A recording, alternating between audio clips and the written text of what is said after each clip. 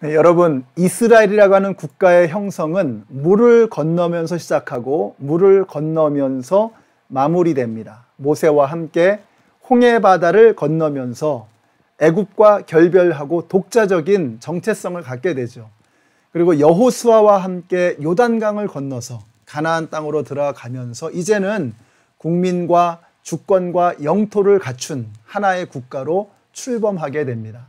그래서 오늘은 바다를 건넌 이야기, 그리고 다음 주에는 강을 건너는 이야기를 함께 살펴보려고 합니다. 이스라엘 백성들이 애굽에서 나와서 홍해 앞에 다다랐을 때 그들이 처한 상황은 한마디로 진퇴양난이었습니다. 앞에는 시커먼 바다가 출렁거리고 뒤에는 서슬퍼런 바로의 군대가 물결처럼 밀려오는 것입니다. 성경에 보니까 애굽의 특수 병거 600대를 포함해서 모든 장교들이 정예부대를 이끌고 이제 이스라엘을 죽이겠다고 달려오는 것입니다. 자, 이쯤 되면 마음에 드는 생각이 뭘까요? 야, 이제 우리는 다 죽었어. 자, 바로 그때 모세가 이렇게 선포하는 겁니다. 오늘은 너희가 죽는 날이 아니고 저들이 죽는 날이야. 이제부터 너희는 가만히 서서 하나님께서 행하시는 구원을 그냥 보기만 해라. 자, 그리고 나서 모세가 지팡이를 들고서 기도하니 홍해가 쫙 갈라지는 것입니다. 그리고 그들은 마른 땅을 밟고 유유하게 홍해 바다를 건너갑니다. 자, 그날 이스라엘이 깨달은 게 뭘까요? 여러분, 그동안은 어찌됐건 간에 애굽에 기대며 살았던 거 아닙니까? 근데 애굽과 결별하고 떠나온 그날에 이제는 더 이상 기댈 데가 없어진 거예요. 살 길이 막막한 것입니다. 그런데 그날 깨달은 게 뭐예요? 아, 바다 아래에도 길이 있구나. 이걸 하나님께서 보여주신 거예요. 이게 얼마나 중요한지 몰라요. 기댈 데가 없는 백성들이 길이 없는 것입니다. 그런데 하나님께서 길을 보여주시는 거예요.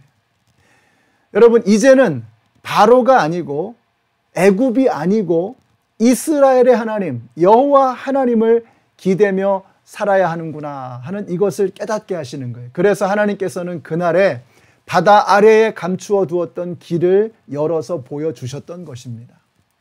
요즘에 정말 길이 보이지 않습니다. 코로나 때문에 우리의 손발이 묶여 있습니다. 경제생활도 신앙생활도 사회생활도 모든 것이 막혀 있습니다. 예배도 마음껏 드리기 힘들고 성도들의 교제를 나누는 일도 선교하는 일도 모든 길이 막막하기만 합니다. 이때 우리가 어떻게 해야 할 것인가? 모세가 지팡이를 들고 하늘을 보면서 기도했던 것처럼 오늘 우리도 두 손을 높이 들고 하늘을 바라보며 부르짖어야 할 줄로 믿습니다. 사방이 둘러막혀 있지만 하나님께서 하늘을 열어두신 이유가 뭘까요? 사방은 지금 막막하게 둘러막혀 있습니다. 그럼에도 불구하고 하나님께서 하늘을 여전히 열어두신 이유가 무엇입니까?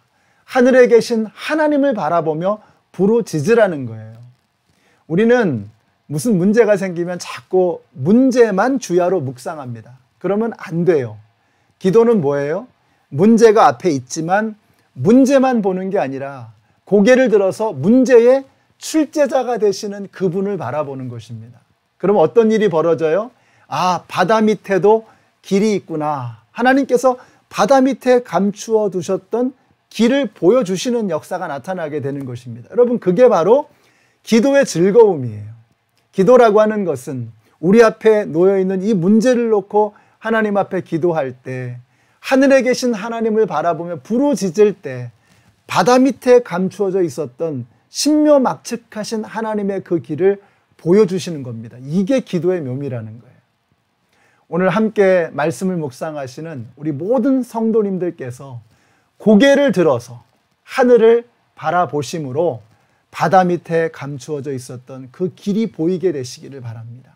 내가 상상도 하지 못했던 곳에 하나님께서 감추어 주신 그 길이 우리의 눈앞에 펼쳐지게 되시기를 축복합니다. 그리고 우리 옆에 이미 하나님께서 보내주신 불말과 불병거가 보이게 되시기를 바라요. 그래서 이제는 우리 앞에 놓여있는 전쟁의 판세가 뒤집혀야 하는 것입니다.